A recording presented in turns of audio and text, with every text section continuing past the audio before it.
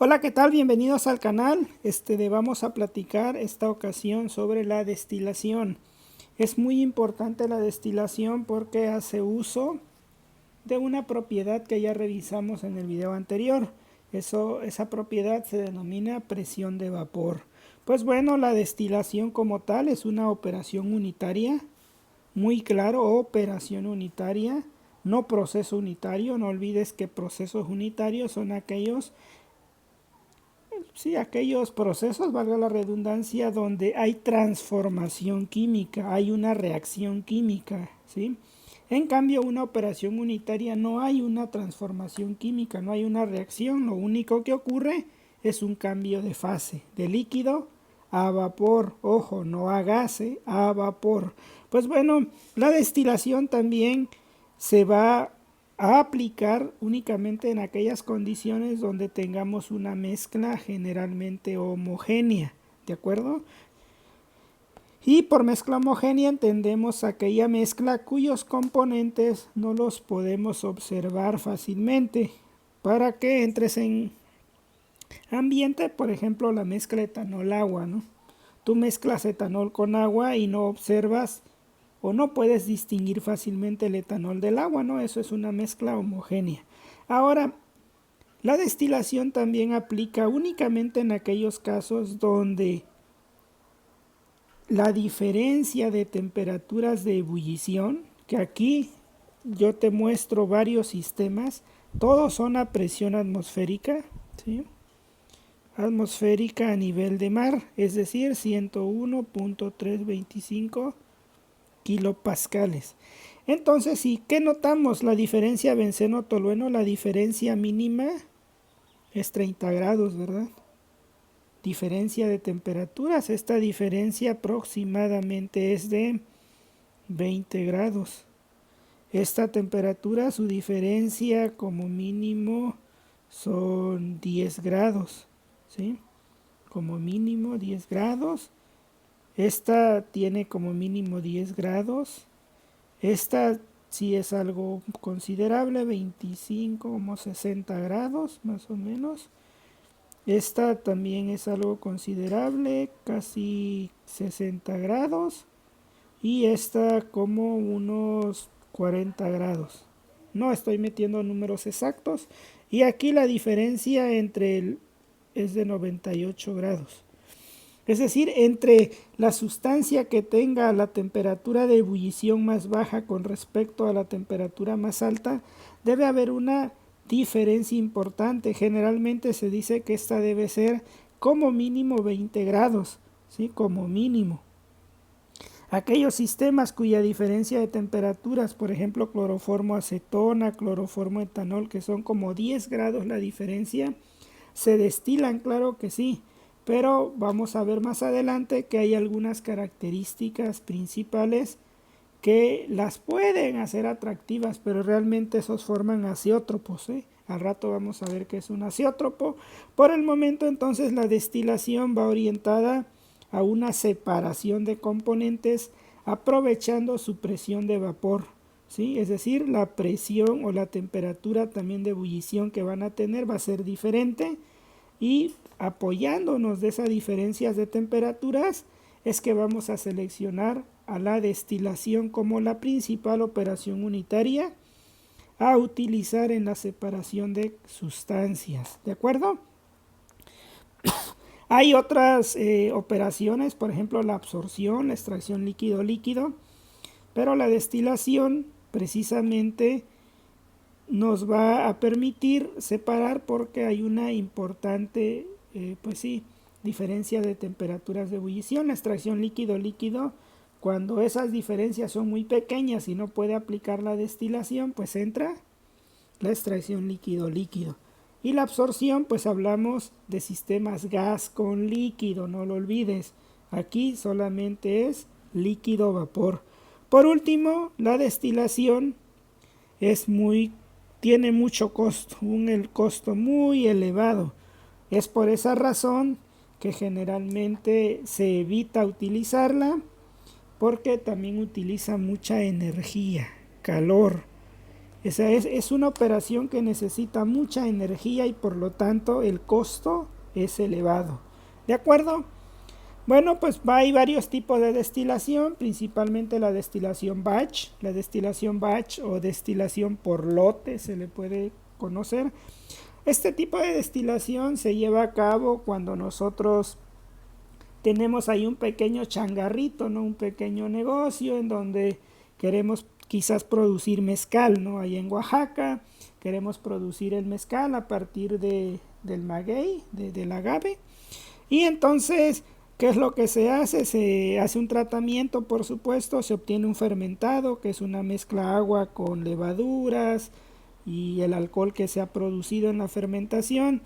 Le metemos calor, o sea, calentamos esa mezcla líquida y vamos a producir un vapor, preferentemente de alcohol, ¿verdad? De etanol. Y eso es la destilación, eso es el mezcal. Y se empieza a arrastrar el vapor. Utilizamos también para ello un sistema de enfriamiento o un intercambiador de calor de manera más elegante, de manera más ingenieril. Y aquí empieza a caer el condensado. Aquí hay un cambio de fases de vapor a líquido, ¿no? Y este intercambiador de calor generalmente utiliza agua de enfriamiento o agua fría para lograr condensar y hacer ese cambio de fase.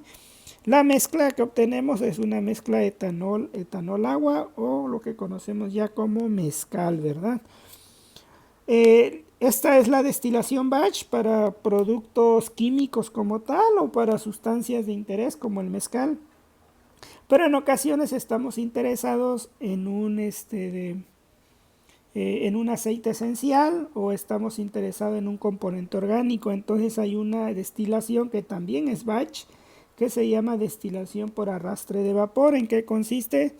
Pues aquí consiste es como al poner los tamales, ¿no? Al colocar los tamales, en el fondo tenemos agua, esa agua hierve, se produce abundante vapor y ese vapor atraviesa en la zona de los tamales, ¿no? Y es lo que realmente ayuda a cocerlos. Bueno, pues aquí pasa algo similar.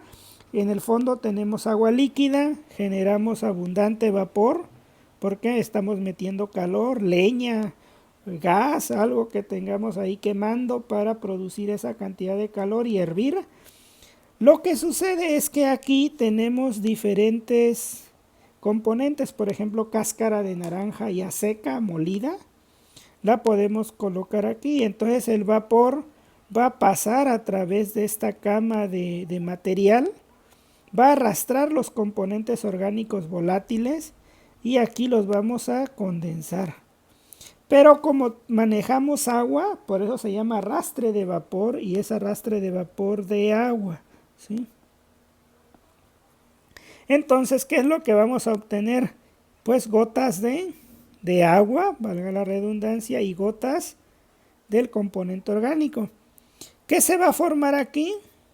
Pues una de emulsión, es decir, algo que no se puede separar fácil, bueno, que no se puede, pues de alguna manera tener una mezcla homogénea, digamos que se forma una mezcla heterogénea, ¿sí? Esta mezcla heterogénea, toda la parte acuosa va a quedar abajo, ¿no? El agua, pero la parte orgánica va a quedar en la parte superior. Esto se debe a la diferencia de densidades y mediante una operación unitaria que se llama decantación la podemos separar. Cuando trabajamos con cáscara de naranja, que es un problema ambiental, por ejemplo, todas las personas que se dedican a la comercialización de jugos, notarán ustedes que se deja abundante residuo de cáscara, ¿verdad? En las esquinas.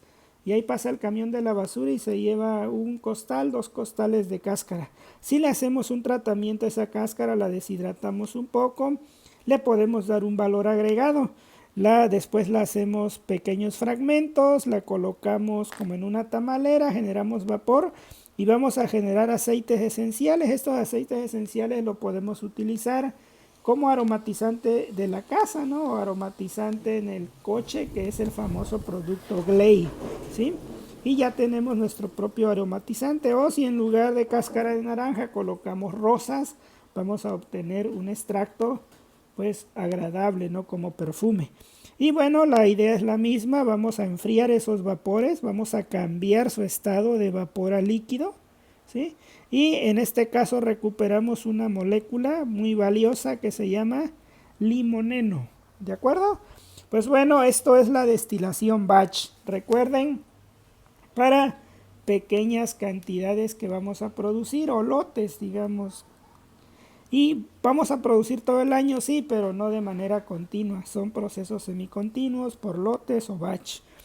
Ahora vamos a ver una columna batch. Esta columna es un ejemplo claro de cómo destilar una destilación diferencial o batch. Colocamos aquí nuestro bagacito ahí para obtener el mezcal. Aquí está nuestra resistencia, calienta la mezcla y el vapor va subiendo hasta llegar a esta parte donde aquí intercambia calor, aquí entra agua fría, ¿sí? Y en este tubito pasa el agua fría por dentro, el vapor entra aquí y ¿qué hace? Se condensa, se forma un líquido, el líquido se acumula aquí y sale hacia este recipiente, ¿sí? Y entonces aquí tenemos nuestro destilado, nuestro mezcalito y lo demás pues es el sistema, ¿no? Está líquido vapor, esto es una columna de destilación batch a nivel laboratorio, ¿de acuerdo? Y bueno, también hay una operación que es continua, por supuesto, la que utiliza la industria porque está los 365 días del año operando y bueno, esta se puede representar de la siguiente manera. Como te comenté, la destilación es un proceso a contracorriente donde los vapores van subiendo. Aquí en este fondo está nuestro hervidor, es como si fuera esta parte. Metemos calor, generamos vapor de la mezcla que estamos alimentando, la mezcla entra aquí y entonces se está ebulliendo, los vapores suben y parte del destilado que se obtiene aquí se recolecta en este sistema, parte lo regresamos al sistema. ¿Por qué se regresa o por qué se recicla? ¿Sí? Se dice que se recircula, mejor dicho, se recircula. Se regresa parte de ello, ¿por qué? Porque lo que queremos es mejorar la pureza. ¿Por qué? Porque a medida que este líquido vaya cayendo aquí, se va a encontrar con el vapor, ¿sí? Se va a encontrar con vapor y lo va a lavar del componente más pesado. Pensemos que tenemos etanol agua, pues aquí regresamos etanol y agua. El agua que se está regresando aquí va a atrapar agua que vaya como vapor y la va a mantener, se va a enriquecer. Esto se llama purificar o mejorar, mejor dicho, la extracción, ¿verdad? Entonces, de eso trata. Tenemos nuestro destilado acá arriba, nuestro rehervidor abajo. El rehervidor es tener prácticamente una resistencia o como si tuviéramos ahí un comal que está promoviendo que ese líquido que está cayendo se esté formando más vapor para que suba en toda la columna. La parte de arriba lo está condensando, lo está volviendo líquido, aquí llega como vapor, aquí está como líquido, parte lo regresamos y parte se va a nuestra producción para venta. Y de manera general lo que nos interesa en la destilación es conocer la composición de nuestro componente ligero. Pensemos etanol agua, pues en el etanol la cantidad de flujo que vamos a meter, al final cuánto destilado obtenemos, qué composición tiene este destilado, en el fondo cuánta mezcla ya no se puede destilar porque ya no tiene abundante etanol, ya tiene muy poquito, y qué composición tiene el etanol. Y bueno, de ingeniería pues tenemos que un balance global se tiene que hacer. El balance global sería F igual a destilado más residuo y un balance por componente, ¿de acuerdo? Pues este es el sistema en continuo, ¿de acuerdo? Y bueno, ya en los libros de texto siempre nos explican de manera más detallada pues únicamente esto, ¿no? Que ves aquí que hay un flujo, una composición, que el vapor tiene una composición, que el líquido tiene otra composición, ¿sí? Y nos dicen que se llama ELV, equilibrio líquido-vapor. Ojo, nuevamente insisto, vapor, no gas, ¿sí? Gas, acuérdate, bueno, no olvides que un gas termodinámicamente hablando, es una sustancia que ha pasado sus condiciones de temperatura y presión crítica, está a condiciones por arriba de ello. Mientras esté sobre esta campana o sobre esta línea es un vapor, y si está aquí pues es líquido vapor. Fuera de ello es un gas. Y los gases o los sistemas gas líquido los analiza la ley de Henry, ¿de acuerdo? Eso lo puedes ver aquí en mi canal en la lista de reproducción química general, ambiental y de soluciones en una parte de termodinámica clase 15. Los EGL son equilibrio gas líquido y se engloban en una operación que también es importante, absorción, gas líquido. Bueno, regresando a la parte de destilación, pues se llaman equilibrios líquidos vapores, y la forma de representar el equilibrio entre el líquido y la fase vapor se denomina ley de Raoult, ¿sí? Esta expresión que está aquí nos dice cuál es la presión parcial que tenemos de vapor y cuál es la presión que ejerce ese líquido, el vapor de ese líquido, ¿sí? Entonces, ¿cuál es la composición o la presión que ejerce ese líquido con respecto a la presión que ejerce el vapor? No olvides que está en equilibrio. Una ecuación más general, ¿sí?, se llama ecuación de Raoult, pero generalizada, o igual no es ecuación de Raoult porque aquí ya se corrige algunos aspectos. ¿Qué se incluye? Pues bueno, se incluye este valor que se llama coeficiente de actividad para el caso de líquido. ¿Por qué? Porque las mezclas líquidas pueden tener una interacción que más adelante vamos a ver, ¿sí? Es decir, no se van a comportar de manera ideal. ¿A qué me refiero con ideal? Que nosotros agregamos alcohol y agua y pensemos que no van a tener una interacción íntima, que químicamente siguen estando adentro en la mezcla, pero no tienen una interacción, y resulta que sí las tienen los líquidos. Entonces ese hecho se corrige con el coeficiente de actividad, o sea, cómo van a interactuar. De igual manera, la parte que tenemos aquí del vapor se puede corregir con un coeficiente de fugacidad, ¿sí? Es decir, si la presión es muy alta, arriba de 10 atmósferas, el vapor no se puede considerar pues como un acercamiento a un gas ideal, a que no es gas, es vapor, pero se dice que se pudiera estimar como si fuera un gas ideal.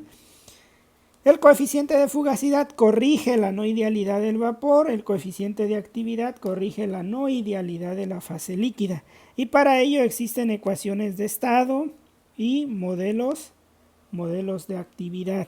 ¿De acuerdo? Pues esa es la parte importante que tú tienes que tener claro de destilación para llevar la carrera de ingeniería química y por supuesto para tu examen Ceneval. Ahora vamos a platicar algo muy importante y que generalmente es un error que se suele cometer en los exámenes del Ceneval, es que todas las fracciones que se representan en la destilación siempre son fracciones mol, ¿sí? Yo te entiendo que muchos libros, cuando llevas balances de materia, generalmente trabajan con masa o flujos másicos. Pero cuando ya se ve la operación de destilación como tal, se debe trabajar en fracción mol. ¿Qué es la fracción mol? Pues la fracción mol es el número de moles que tiene una sustancia, ¿sí?, entre el número de moles totales que hay, ¿sí? Ahora, si nosotros definimos qué es el mol, es la masa de una sustancia entre su peso molecular. En una mezcla de másica, pues nosotros sabemos que la fracción másica multiplicado por la masa total nos va a dar la masa de un componente determinado. Si sustituimos eso en la relación de mol o en el concepto de mol, pues esto sería la masa, ¿no? Estamos sustituyendo el término de la masa aquí y podemos definir entonces que el número total de moles pues es la suma de esos moles. Si sustituimos la definición del número de moles en términos de la fracción molar, masa total y pesos moleculares, tenemos esta expresión. Si sustituimos ahora n total o n de i total, pues podemos generalizar esto, sustituimos la masa m de i, la suma, la masa total se cancela y nos tenemos la fórmula que nos va a permitir pasar de fracción masa, o sea, de una composición másica a una composición molar. Muy útil en los exámenes Cenevales, hay que estar pero muy enfocados cuando te dicen fracción masa, porque te pueden pedir el número de platos de una columna y te dan fracción masa y desde ahí ya estamos mal. Tenemos que usar fracción mol, ¿de acuerdo? Rápidamente para que tengas pues una idea clara de esto, tenemos esta columna, no nos está pidiendo número de platos, simplemente lo estoy haciendo, que esto es lo que te dan en el Ceneval, esta información, ¿sí? Y nos piden el número de platos, pero ¿qué tenemos que hacer? Pues utilizar fracciones mol, ¿sí? Entonces ya con ello podemos saber cuál es la fracción mol de la alimentación. Es 20% de benceno, la fase más ligera, pues entonces lo transformamos y ese 20% es 23% mol. El 60% que obtenemos de composición de la fase benceno en el vapor equivale a 63.8% mol. Y este 4.4% peso de benceno en el residuo en realidad es 5.1% mol. ¿De acuerdo? Muy importante porque ello puede dar un plato más, un plato menos si no haces esta cooperación y evidentemente vas a fallar en tu Ceneval. ¿De acuerdo? Lo correcto es fracción mol. Bueno, ahora lo que te acababa de comentar, ¿no? Oyes, es que nos acabas de decir que la idealidad de una mezcla no me quedó claro. Bueno, ¿cómo saber si una mezcla es ideal o no? Y si se ajusta a la ley de Raoul. Recuerda que la ley de Raoul es una expresión matemática o un modelo matemático que te dice que una solución es ideal porque no hay interacción entre las componentes de esa solución. Para entender eso, primero es necesario que definamos dos cosas, una de ellas fuerzas cohesivas y otra de ellas fuerzas adhesivas. Resulta que las fuerzas cohesivas son fuerzas de atracción entre moléculas del mismo tipo y las fuerzas adhesivas son fuerzas de atracción entre moléculas de diferentes tipos, ¿sí? Todo esto pues está en mezclas homogéneas. ¿Y qué son fuerzas de atracción? Bueno, químicamente hay fuerzas de London, fuerzas dipolo-dipolo, fuerzas incluso de Van der Waals, fuerzas a nivel atómico que son fuerzas iónicas o puentes de hidrógeno. A eso nos referimos. Y bueno, entonces, debido a que la ley de Raoul es ideal, que no considera esas interacciones, por supuesto que las desviaciones a la ley de Raoul pues van a considerar esos aspectos. Resulta que en un diagrama de la ley de Raoul, para ponerte en contexto, me voy a adelantar un poquito, estos diagramas se obtienen en una ecuación de la ley de Raoul, el diagrama de presión-composición aquí y el diagrama de temperatura-composición. Esa es la figura que debemos tener. Si no cumplimos con esa figura, ¿sí?, vamos a tener aquí en medio el diagrama que nosotros le conocemos como composición, ¿sí? Es esto. Y entonces la ley de Raoul puede ser, si graficamos una línea a 45 grados centígrados, ¿sí?, si los datos de presión están muy por arriba, se dice que la ley de Raoul tiene una desviación positiva, ¿sí? ¿Y qué se refiere con una desviación positiva? Nos dice que en ese momento las fuerzas cohesivas son mayores que las adhesivas. ¿Qué quiere decir? Que las sustancias prácticamente no van a interactuar tanto, ¿no? Porque las fuerzas adhesivas, no olvides que es una fuerza entre diferentes moléculas, es decir, no va a haber tanta polaridad, ¿sí? Por ello la presión es mayor, o sea, en otras palabras es que no van a interactuar tanto las mezclas, que la presión va a ser muy alta, o sea, se van a comportar de una manera como si juntas formaran una fase más volátil. No sé si me doy a entender. Es decir, como juntas no interactúan, o sea, las fuerzas adhesivas son nulas, se van a comportar como si fuera una única sustancia, o sea, cohesivas, como si fuera una sola sustancia, pero va a volatilizar rápido. Por eso la presión de vapor será muy grande, porque va a tener una presión de vapor grande, se va a ebullir muy rápido. Ejemplos de ellos tenemos, dice, el sistema benceno-metanol, el sistema disulfuroacetona y el sistema cloroformoetanol. Algo importante que nos dice que el delta H de la mezcla es mayor, ¿sí? Es mayor a cero. Es como si tuviéramos pues sí, un proceso endotérmico, ¿verdad? Entonces eso es la desviación positiva a la ley de Raoul. Se forman azeótropos generalmente, más adelante vamos a ver qué es un azeótropo. Un azeótropo, pues más que nada, tiene que ver con una separación en la cual la composición tanto en la fase líquida como en la fase de vapor es la misma. Esa es la definición de azeótropo, ¿sí? Que tenga tanto la fase líquida como la fase de vapor coinciden en la misma composición. Bueno, la desviación negativa a la ley de Raoul, ¿qué se refiere? Aquí nos dice que las fuerzas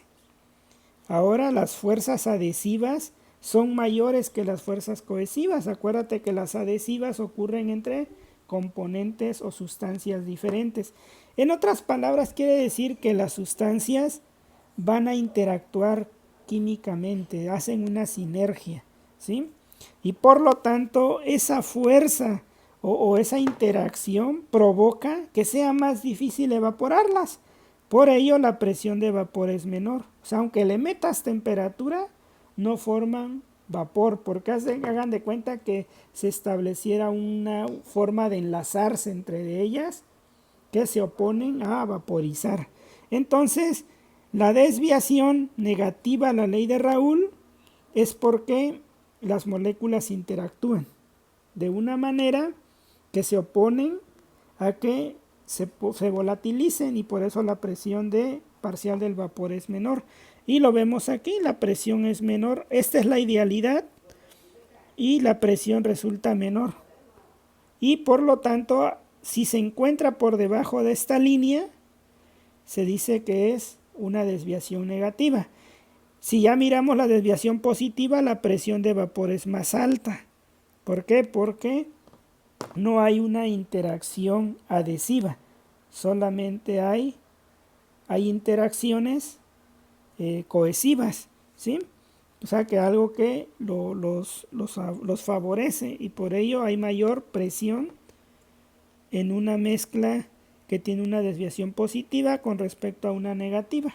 ¿De acuerdo? Ejemplos de este tipo de interacción son el cloroformoacetona, principalmente porque hay puentes de hidrógeno. Entonces los enlaces por puente de hidrógeno o interacciones son más fuertes, ¿verdad? Por ello no es fácil evaporarlos y por lo tanto la presión o la poca presión de vapor que se genere pues va a ser baja, ¿verdad? Entonces por ello es ese tipo de cosas. Tenemos aquí que el ácido clorhídrico agua genera fuerzas intermoleculares iónico-dipolo. Por ello la presión de vapor de una solución de ácido clorhídrico pues es baja, ¿verdad? Y en general nos dice que generalmente estas sustancias tienen un delta H menor a 0. Es decir, son procesos exotérmicos. Cuando tú disuelves ácido clorhídrico en agua, el matraz se calienta y hay una reacción exotérmica. Por lo tanto, hay una interacción química iónico-dipolo y ello explica que será una desviación negativa a la ley de Raoul. ¿Por qué? Porque la temperatura de ebullición ahí va a ser diferente, pero no tan fácil porque es poca presión. En cambio, en el otro sistema que habíamos visto, un benceno-metanol, no hay una interacción como tal, por lo tanto se comporta como única sustancia que volatiliza muy rápido. ¿De acuerdo? Entonces esas son las desviaciones y aquí lo vamos a resumir. Este es lo ideal en un diagrama presión composición. Esto te obtendría yo utilizando la ley de Raoul únicamente. Pero Cuando obtengo este punto de cruce aquí, se dice que se forma un azeótropo. Este azeótropo, como te comenté, nos dice que tiene la misma composición la fase líquida como la fase vapor. Y si te das cuenta, este es un azeótropo de presión máxima, o sea, la presión es alta. ¿Qué quiere decir? Que sería una desviación positiva, ¿verdad? Porque recuerda que lo positivo tiene una presión tan alta porque no hay una interacción de entre los componentes.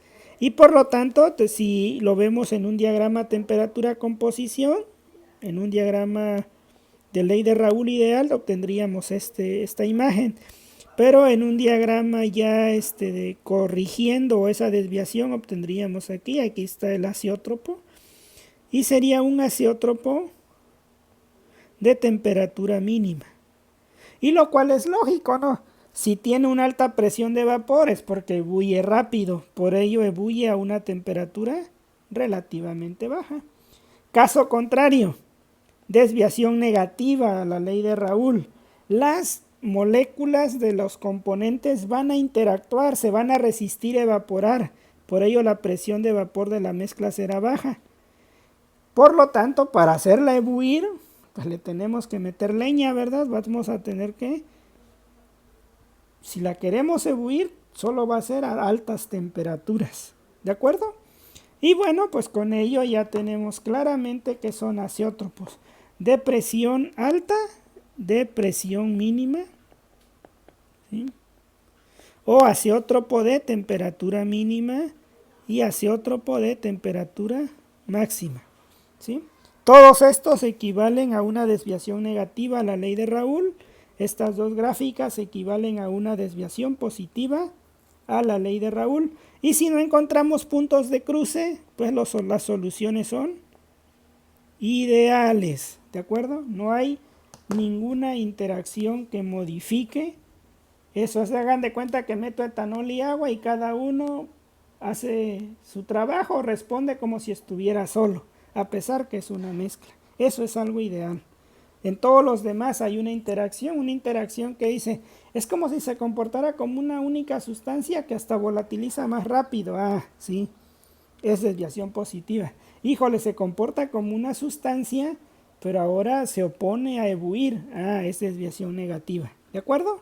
Pues bueno, vamos a platicar rápidamente, solamente para el caso binario, cuando tenemos dos sustancias que queremos destilar, hay un factor muy importante, se llama volatilidad relativa. La volatilidad relativa es una relación de presiones de saturación, o también se define de la siguiente manera, como un coeficiente de partición. Un coeficiente de partición debido a la componente A con respecto al componente B, que es la otra mezcla. Generalmente a A se le atribuye que sea el más ligero o el que tenga la presión de saturación mayor, ¿sí? Entonces, la volatilidad relativa se le dice que es de A a B, es decir, está con respecto a con respecto de B. Eso significa que A va primero y va arriba y B va abajo. Entonces es una relación de presiones de saturación. Ya sabes que es una presión de saturación, es presión de vapor. Nos dicen que si tomamos en cuenta la ley de Raoult, que únicamente esto es lo que ocurre, nosotros podemos prácticamente pues relacionarlo con esta cuestión, ¿no? Pero ¿qué ocurre si fuera una ley de Raoult modificada o una ley más general donde involucre la corrección de la fase líquida? Pues entonces la volatilidad lleva a estas partes. Esta ecuación que está aquí se simplifica cuando la fase líquida es ideal, es decir, cuando gamma vale 1. Y regresamos a la ley de Raoult original, cuando gamma vale 1, pues se comporta de manera ideal. Bueno, ¿qué es alfa? O la volatilidad relativa nos indica una relación numérica entre la presión del vapor del más volátil con respecto al menos volátil. Y ese numerito es importante, ¿sí? Porque nos va a indicar qué tan fácil se pueden separar dos componentes. Si a esta volatilidad relativa le llamamos al componente, simplemente sabemos que el 1 es nuestro componente A o el más volátil, el 1, B sería el 2 y sería el menos volátil. Si hacemos esa expresión matemática y ya no ponemos y de A, x de A, pues tendríamos y podemos simplificar matemáticamente esta expresión. Y igual a alfa de x, 1 más x por alfa menos 1. Alfa es la volatilidad relativa, pensamos que esta es constante. ¿Sí? Es lo que se asume y tendríamos esta volatilidad relativa. ¿Qué es la volatilidad relativa? Pues ya les dije, es un numerito que nos va a permitir conocer qué tan fácil podemos separar una mezcla binaria de dos componentes, ¿verdad? Y bueno, esto es pieza primordial para la destilación batch, en donde se rige dicha destilación batch por la ecuación de Rayleigh, ¿sí? Ahí te invito, aquí en la descripción del video dejo este canal, bueno, de este canal te dejo la descripción del video y te invito a que veas cómo se deduce la ecuación matemática de la destilación batch, que revises otro video adicional que también dejaré aquí en la descripción del video, donde puedes ver cómo se utiliza esta fórmula y por supuesto que resuelvas este ejercicio del Ceneval, ¿sí? Este ejercicio lo vamos a resolver en un video próximamente y vamos a hacer 3-4 ejercicios, solamente se pueden resolver numéricamente, entonces para que le vayas pensando. Pero regresando, esto es la volatilidad relativa y esta volatilidad relativa nos da una relación entre Y con X. Esto nos lleva a formar los famosos diagramas de composición. Fracción mol de la fase líquida con fracción mol de la fase vapor. Por ello es muy importante esta ecuacioncita.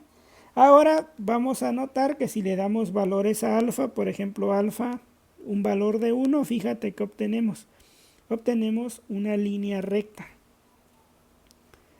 ¿Qué pasa si alfa fuera 2? Fíjate, obtenemos unos datos, pero vamos obteniendo una pequeña abertura entre la línea de 45 grados con la de los datos. Aquí ambas líneas se sobreponen.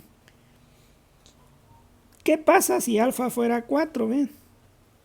Una amplia separación entre las dos líneas.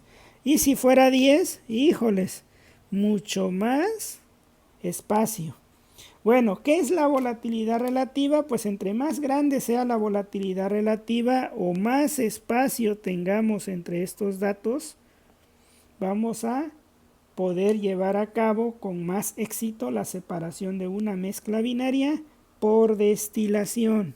¿De acuerdo? Entonces, con base en la volatilidad relativa, vamos a tomar decisiones de qué tan fácil es separar una mezcla por destilación. Pues bueno, con esto terminamos. Espero te haya gustado la clase. Estos son clases teóricas. Por supuesto, ya lo vamos a ver en ejercicios del Ceneval. Si te gustó esto, por favor, otórgame un mensaje de motivación aquí en el canal para continuar creando este tipo de contenido. Si dije algo incorrecto, también corrígeme, te lo agradecería mucho. Y te invito para que en el siguiente video vamos a ver cómo se construyen los diagramas de temperatura-composición, cuál es el método numérico a seguir para resolverlo, los diagramas de presión-composición. Todo ello lo vamos a ver en un siguiente video. Por lo tanto, te invito a que te suscribas y te invito a formar parte de este maravilloso canal.